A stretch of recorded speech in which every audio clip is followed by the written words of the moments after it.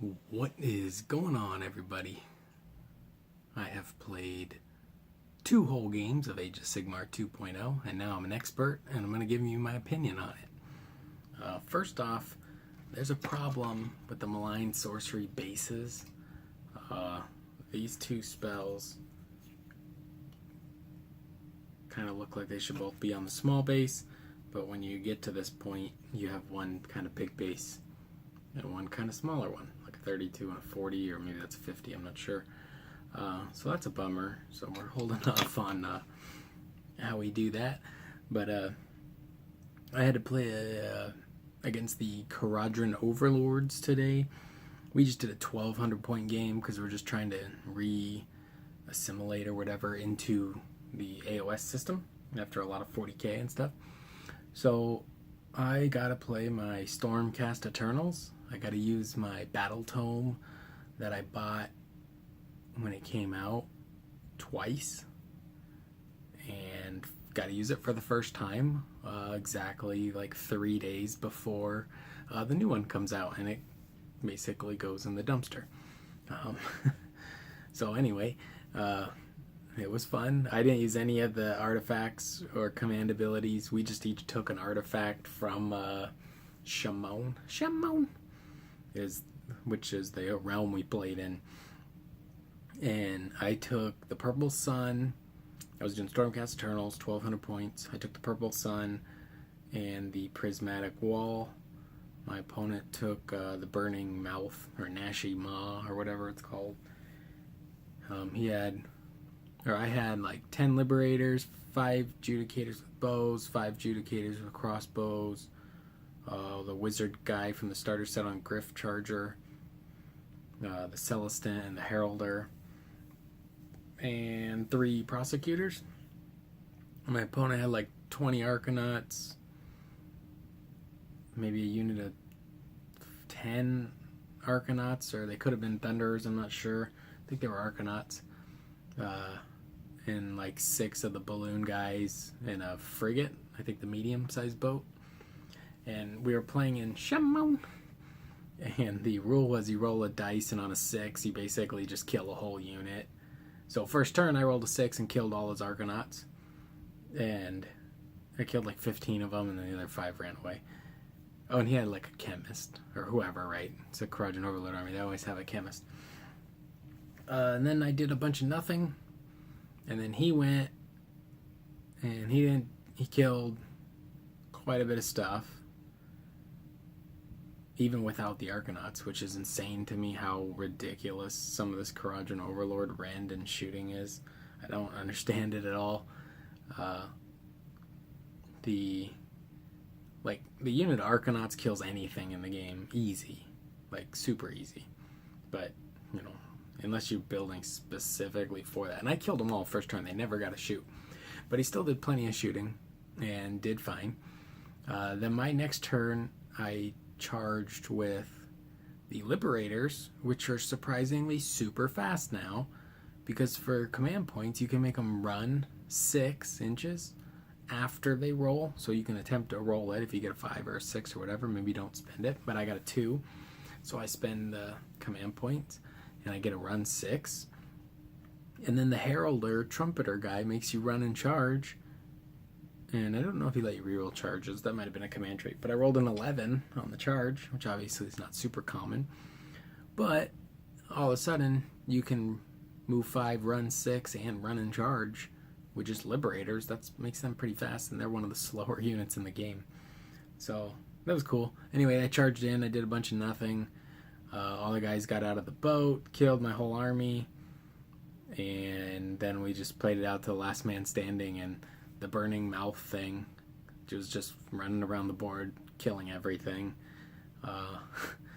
It was pretty exciting to play with the endless spell, right? I chose, like in one turn I chose to go second, and then the Mouth flew over 3 units and killed his Wizard, his Chemist, and his remaining 3 Arcanauts. So it was definitely worth going second. And it literally came down to 1 Judicator fighting a ship in hand-to-hand combat, shooting each other, and he won. And the ship had 1 wound left. And next turn, the Mouth if I had the opportunity to move it, was going to fly over and eat the ship. So literally the Realm and Endless Spell won, and they killed everything. So it was kind of fun. Is that a good thing? I don't know. I don't know if those Endless Spell, or not the Endless Spell, I don't know if those Realm rules, where you like roll a dice on a crazy chart, are going to be used in anything but like open or narrative play. Some of them are ridiculous. Like in this sense, if only one player had rolled the 6, it would have been game breaking, but we both got it once. And so he killed a lot of my Liberators with it, and I killed his whole unit of 20 Arcanauts with it. But there's other ones where it's like you can't run unless you can fly. So if you were an army of like orcs and you couldn't run, and you were playing against a shooting army, like it's just game over right there. So I don't know. It was fun to try. I like playing with those crazy things sometimes, and it's fun to try out the new rules.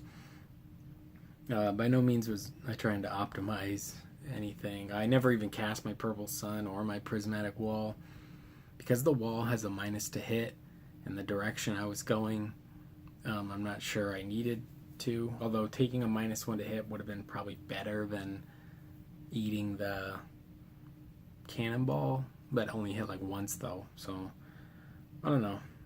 I mean, it's obviously good, but in this situation, I didn't feel like it was doing anything.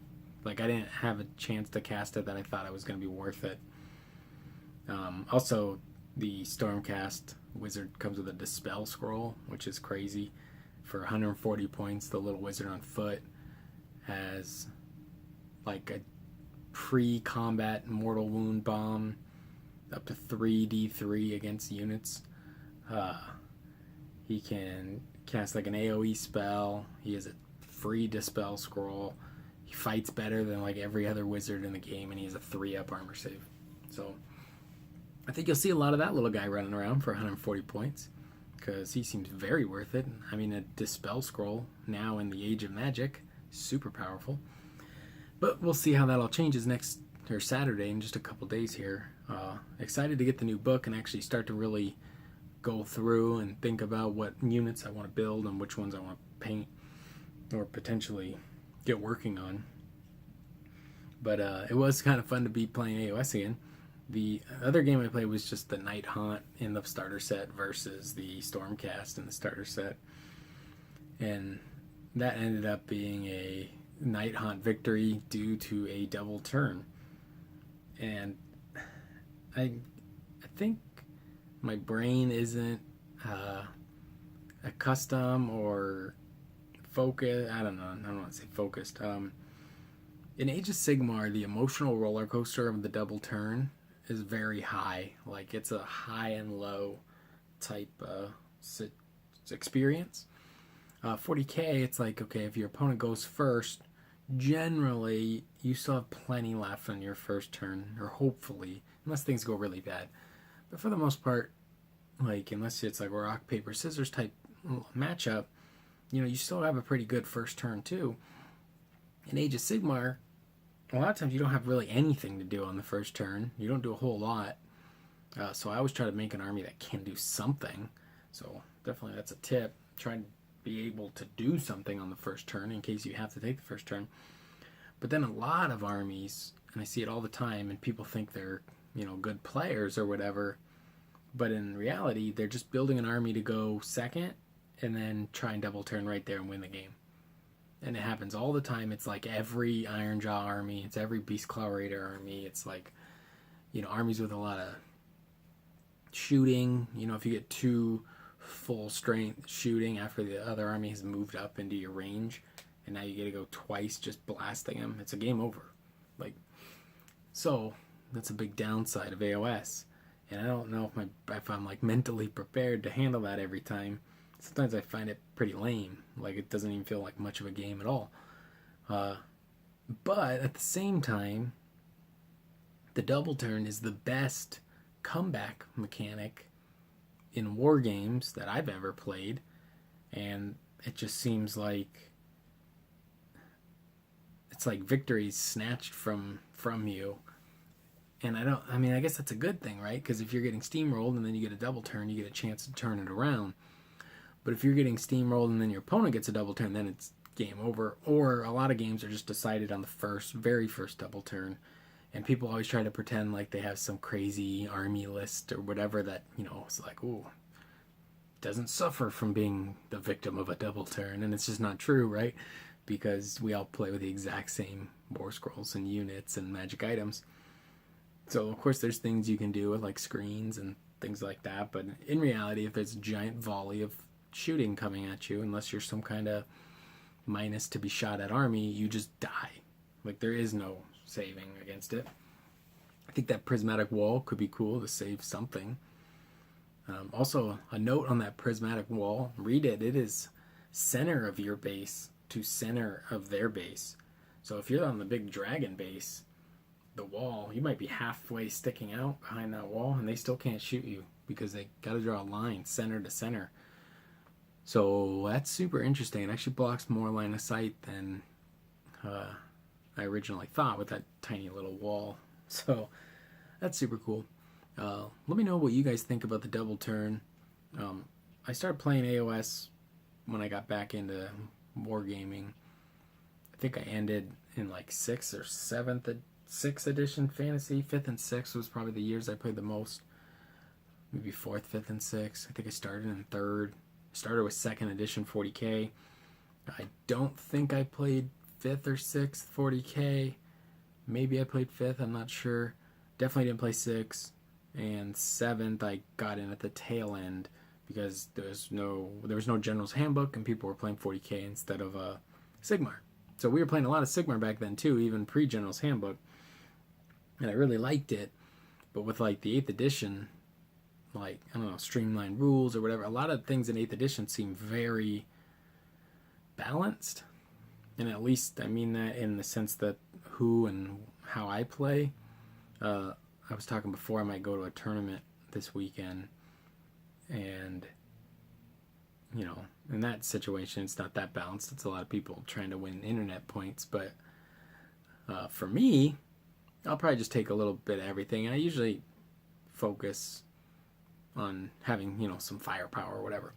But in Sigmar, maybe I personally just haven't solved the puzzle, but if you just let an army like Quadrant Overlord specifically, and my friend only uses 1 unit of the Arcanauts or whatever, and they raised the unit size to 40 in the General's Handbook. Like, there's nothing in the game as powerful as 24 hit on 3s or 4s, or reroll 1s to hit, Ren 2 D3 damage shots at like a 24-inch range. And you're in complete denial if you think your army can eat that twice. And now, with being able to have more than one chemist, I guess, do it to more than one unit. Actually, I don't even know if it's command ability. It might just be regular ability. My friend just does it to 1 unit, and it's enough to win the game. Easy.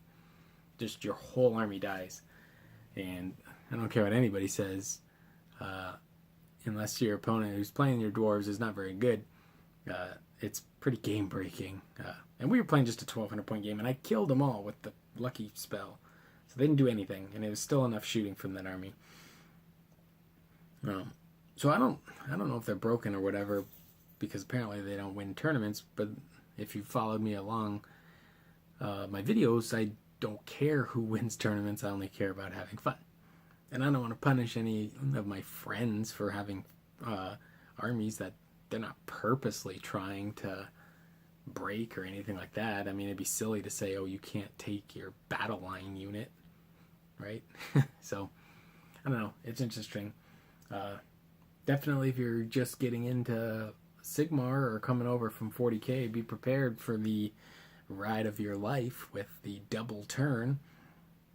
Like I was saying before, it's a great comeback mechanic, because then if you got alpha struck, your army's devastated, but having 2 turns to fight back, then you can kind of even the score.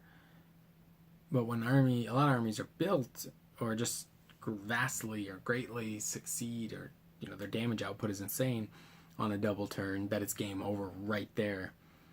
And another interesting thing is it always seems to kind of come back. Not always, but sometimes it does come back and feel a little closer at the end than the way it felt at the end of that double turn. But if you get double, say they get a double turn and then you don't get a double turn, then it's really, really rough. I bet the statistics or whatever on winning those games is like less than 10%. Like I can almost guarantee that. Yeah, and by guarantee that I mean I don't know, because I don't know like the math on that, or I guess care, but it does feel like that's how most of the games are won and lost, on the double turn. And there's only really so much you can do about it. Like, yeah, stand and cover. Okay. That's it, right? Okay. So, let me know what you think about the double turn. And it's weird because I loved it. It was so much fun. I thought it was a great difference in Age of Sigmar than Fantasy, or than 40k, and it's super unique, great comeback mechanic. And then the more I've played, a lot of AOS General's Handbook 2017, not as much 2018, and then now we're going into AOS 2. But the more I play with it, the more I'm getting kind of salty on the old double turn. It just feels, I don't know, sometimes it feels like the whole game is based on the one dice roll. So let me know what you think about the double turn. Let me know what you think about the endless spells. We're doing a giveaway on another video, and I wanted to do it when I had 30 unique commenters and 30 likes. We got 31 likes, but we only got 24 different commenters on it.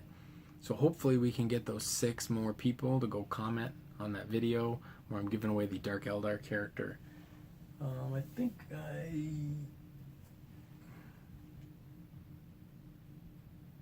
thought I had her right around here, but she's probably over there somewhere. Oh yeah, there we go. Got her under an endless spell. So go to that other video, go comment on that, watch the video, and that'll tell you how to win that Dark Eldar special character. So we only need a couple more people to go comment over there, and that will trigger our giveaway. Hopefully that'll be like in the next day or so, if AOS people watch this who aren't normal viewers of my videos. And then maybe they'll go over there and try to win a Dark Eldar. So, talk to you guys soon. Please subscribe. Adios.